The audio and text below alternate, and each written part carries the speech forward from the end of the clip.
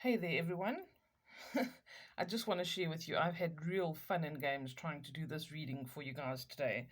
It's quite amusing. So, this is why I start off with a card that's already been kind of selected from this deck of cards. Not so much selected as it's just kind of is the first one that popped out. So, if you're used to my readings, you'll know that I shuffle the cards in my hands and they pop out one at a time in answer. And I've asked what we need to know most importantly this week, what energies are coming up, what do we need our attention drawn to. All right. In the interim, I've had the clip break for my other tripod that holds up my camera. I had a mosquito that photobombed the screen, so we just started over. Okay, so here we have the Miriam, Sacred Vision. Choose to forgive in order to heal. See the light in all, and remember that love has no boundaries. This is a very interesting card, seeing that we had the Gemini full moon a couple of days ago, or just a little while ago, and this is the kind of Gemini twin energy that's coming up. And if you did watch the video that I sent through to you from Moon Omens, you'll see that that woman was talking about mirroring the people around us, that we need to see ourselves within each other and remember how connected we are, and that we do have two. Aspects of ourselves that we need to look at and aspects of other people to look at. So this is very interesting, and it's talking about forgiveness. For instance, forgiving someone for doing something where you've done that to somebody else and looking at yourself and saying, well, you know what, I did that to so and so, but I've never forgiven that person for doing it to me. And maybe we find ourselves in these kinds of circumstances. So, this is the type of thing that was pointed out, to see ourselves reflected in others. Obviously, in the good that they do, and if there's something that we feel that they've done that is negative, asking ourselves, why did I have that experience? Or what made that person behave that way? Or is that something that is, in the larger scheme of things, a lot less significant now that I've been holding on to? Is it time for me to forgive and move on? These are the kind of things we need to look at and again realize that I am you and you are me. Okay, to a large degree, we are all mirrors of each other and are there to show each other things, and we're there to teach each other lessons, and not teach each other lessons in a negative aspect, but a lot of the time when we find ourselves in some kind of a relationship where it maybe doesn't work out, or we end up walking away from that relationship, then there was something to be learned there. It wasn't that we had that experience for nothing, not by any means. So, this is the kind of thing it's talking about, looking in the mirror at ourselves and also recognizing ourselves in other people and seeing where the similarities are. And if there are huge differences, asking ourselves about that, looking more into it and saying, why is it like this? Analyzing it a little bit. Okay. Holding on to old anger and grief and all of these energies is seriously toxic for us. It is not a good thing. And as much as it might be hard to accept, we have to remember that a lot of the time, those things that we are holding grudges for, or that we're still angry about and still bitter about, the other party a lot of the time has moved on already. So it's us weighing ourselves down almost voluntarily by carrying the stuff around with us. Okay. And forgiving someone doesn't forgive the act that they did. If they did something terrible to us, forgiving someone is to say, I can't carry this burden with me anymore. I deserve to have that weight lifted. I love myself enough not to carry it around and let it weigh me down and feel so heavy anymore. Those are the things we need to consider. I'm going to read from the book for this one because I don't think I've ever had this card before. The Miriam. Okay. Choose to forgive in order to heal. See the light in all. Remember that love has no boundaries. The Miriam, which means the beloved, are twin flame angels who come as one. They are mirror images of each other. They are angels who appeared to Mary Magdalene in the tomb of Jesus after his passing. These angels spoke directly to Mary and help her to move beyond her grief so that she is able to commune with Jesus once more. They can help us move beyond the cloud of grief too. They heal grievances of all kinds, including ones that have been created by religion or the idea that God does not love or accept us because of a mistake we once made. The Miriam help us remember that we don't need to ask God for forgiveness because He never condemned us in the first place. This is a real opportunity for you to move beyond grief or grievance at this time. The Miriam are here, swirling their holy light all around so that you can regain a sense of union with Spirit. You are loved beyond words. Choose to see the light in everyone and everything, and to love without boundaries. Honor others and honor yourself with your sacred vision. You are in a space of deep healing and forgiveness. Choosing to see the light of the world will help you grow even more. Okay, sorry for my bad reading there, but that's a very important point. Choose to see the light, okay? Not always the negative side of things, and that's all light in your spirit as well. Yes, there are the twins, there is this duality that is some type of reality in our own lives, okay? Some will argue that duality doesn't actually exist, that it's a man made thing, and yes, so be it, whether it exists for you or not. In this physical 3D, to a large degree, duality is a thing, okay? So we have to say, which one are we going to lean more towards? Are we going to be centered and allow things to just be instead of saying that is good or that is bad or this is left and that is right? Why can't it just be? Okay, especially if something's moved into the past is the past. And being preoccupied with the past doesn't really serve us. We need to be in the moment. We need to be living now, be conscious and cognizant of things happening around us at the moment and where we're going to move forward towards. Okay, it's not constructive to be preoccupied with the past. It's constructive to deal with it and use it in order to grow and face up to it when we need to, but not to unpack and live there for too long, so to speak. Okay.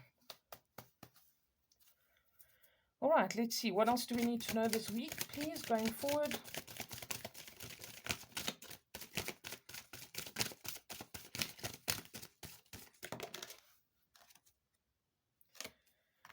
Charity, prayer and contemplation. Okay, you are not welcome here. Looks like it's from my cat, actually. Okay, prayer and contemplation. Connect with heaven. Ask and you shall receive. Okay, these cards have got a very religious kind of connotation tonight. Please remember that it doesn't matter if you are super religious, if you view yourself as an atheist, if you are a pagan, it doesn't matter. Okay, if you're not religious at all, the message is still the same. Okay, you don't have to conform to the story of these were the two angels for Mary Magdalene. It doesn't really matter at the end of the day, and I'm not discounting anyone's beliefs either at the same time. Please don't get me wrong. But it doesn't matter where you come from, who you are, what demographic you fit into, how religious or spiritual you are. The meaning is the same for everybody. Okay, so there's a core message that comes through in every single card, and that is what we want to focus on. Okay. It's very interesting that these roses come up again. Roses have been a big thing for the last week or so. I actually had them last Tuesday. It was the, I usually do a herb and a crystal on a Tuesday, but the rose is the one that came up, and a lot of people have actually mentioned the roses to me in their own capacity, how it was relevant to them. And now we have roses again. And I mean, if you look at the other cards in this deck of cards, roses is not really a theme throughout. So I can just show you quickly. If I just flip through them like this, all the tops are different and they're not necessarily roses. Okay, there we have some other hibiscus. I had a blank for a minute, but this is not really a very common theme with this deck of cards. All right, so interesting. Prayer and contemplation. I think these two really do go hand in hand, and this is probably why we have them together, because I feel like this is how you can break down boundaries. We can forgive and we can ask for forgiveness through prayer, or just putting it out there, sending your energy or your intention out to the universe. That's the same thing. Okay, praying is asking and meditation is listening. And there again, you get the balance. You need to ask, you need to listen. We can't ask a question without being willing to listen to the answer. Okay, so this is saying connect with heaven, connect with your guides, your guardians, your angels, your ancestors, spirit, the universe, whatever you want to call it. Okay? Ask and you shall receive. So asking is praying, and then it's saying contemplation, which is meditation, which is stopping to be still and to listen. You don't have to be sitting in the typical meditation position or anything like that. You can be out in your garden, you can be having a cup of coffee and staring out the window. That is contemplation. That is being quiet and being in a receptive energy. And this is what we've been told for a couple of weeks now. Be in that receptive energy because there are messages coming through, there's guidance coming through. Connect with spirit because there's a lot of information that can be helpful to you now. Okay, let's see what the book says about this card. Charity. Charity is very important as well and very relevant. We're actually busy doing something for charity now for somebody who's in desperate need of some help. And whenever you are giving something of yourself or giving something away that maybe you don't need as much as that person does, that is always paid back to you if it's given with a good heart. Anything done with pure intent, really with wanting to help somebody, showing charity towards somebody else, whether it's even just, offering an ear for somebody to speak to you and tell you their problem that they're having. Lending an ear is a big thing and it can make a huge difference for somebody. You don't always have to be giving, and it doesn't always have to be money. You can give your compassion or your understanding. And if you are religious, maybe that person just wants you to sit with them and say a prayer for them, to give them strength. Just hold their hand, whatever the case is. Okay, so this is what the book says. They seem to have their own take on many things. So let's stay open-minded and remember that this is applicable to somebody in terms of their religious belief system, but it's applicable to us in the core message that's being sent anyway. Okay, no matter what our belief systems are. Faith, hope, and charity are a trinity of archangels who are dedicated to helping us regain our natural traits of kindness, trust, and faith in the highest good. Charity is the twin flame of Archangel Camiel. She has a great spirit that encourages us to undertake the spiritual practices of prayer and meditation. Prayer is the way we speak with the divine, and meditation is the way we open ourselves to receive the answers we need to hear. Charity is also the angel who kisses the forehead of those who pray in support of others. She absolutely loves to see this kindness because it creates an inspirational healing wave of goodwill to the world. The powerful Archangel Charity is drawing close to you at this time because she recognizes that you have goodness in your heart and you've put others first. She brings you thanks and support. Move into prayer and meditation with regard to any decisions you have to make at this time. You are being guided to take the time to breathe and receive. There's the word receive again. Know that you will have a real surge of intuition when it's time for you to move forward. Thank the angels for guiding you towards the highest good and welcome charity into the space with you. Okay, and I think we'll see if there's one other one. Any other messages for us today, please? There it is. Very interesting. Master Jesus. Okay, let me just see. You can see everything beautifully here. Okay, forgiveness. You are on the path of light, love, and forgiveness. Father healing is possible at this time. Okay, this is interesting because Father healing is not just talking about Master Jesus or Father God. It's also talking about our own fathers who are the spirits that are here on this earth to be in that role in this lifetime.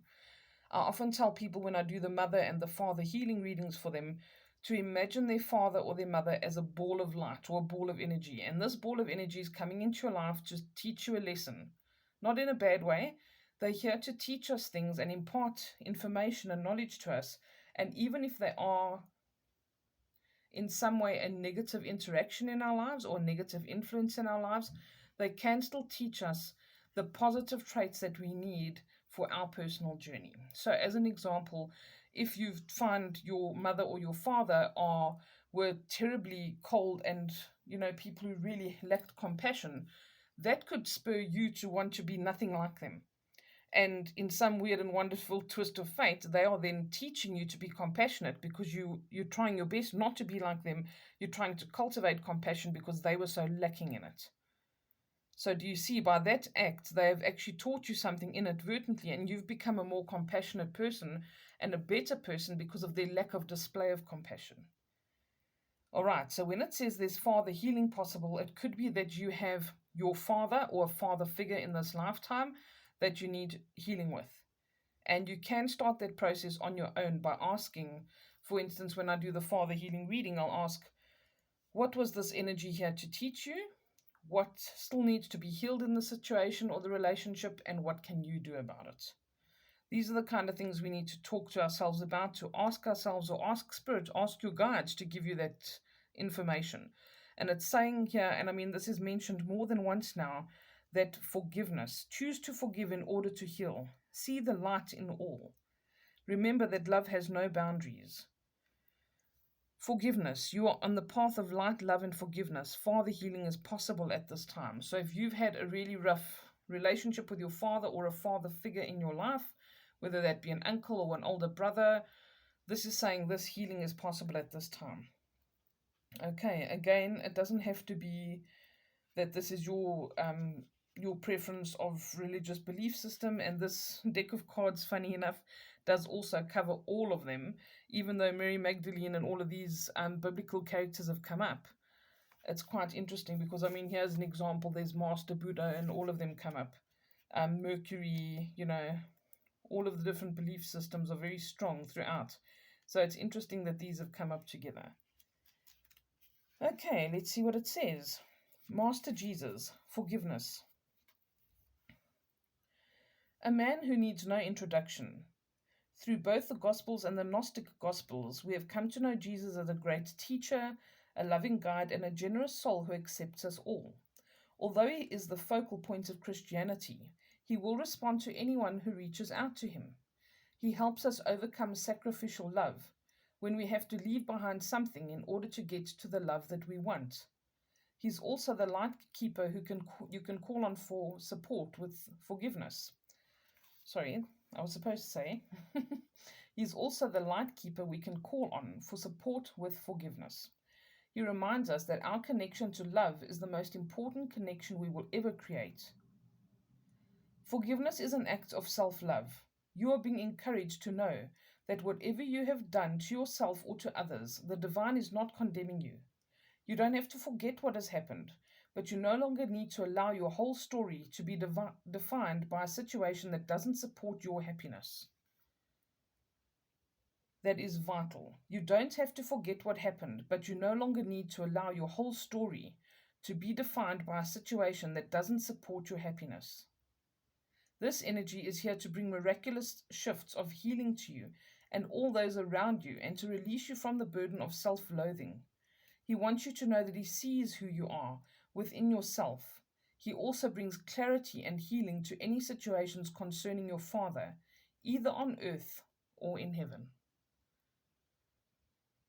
Okay, some beautiful messages there today. I sincerely hope they can help you in the week ahead. Please be advised, I will be going on leave from the 22nd of December until the 9th of January. I will be available now and then for really emergency bookings.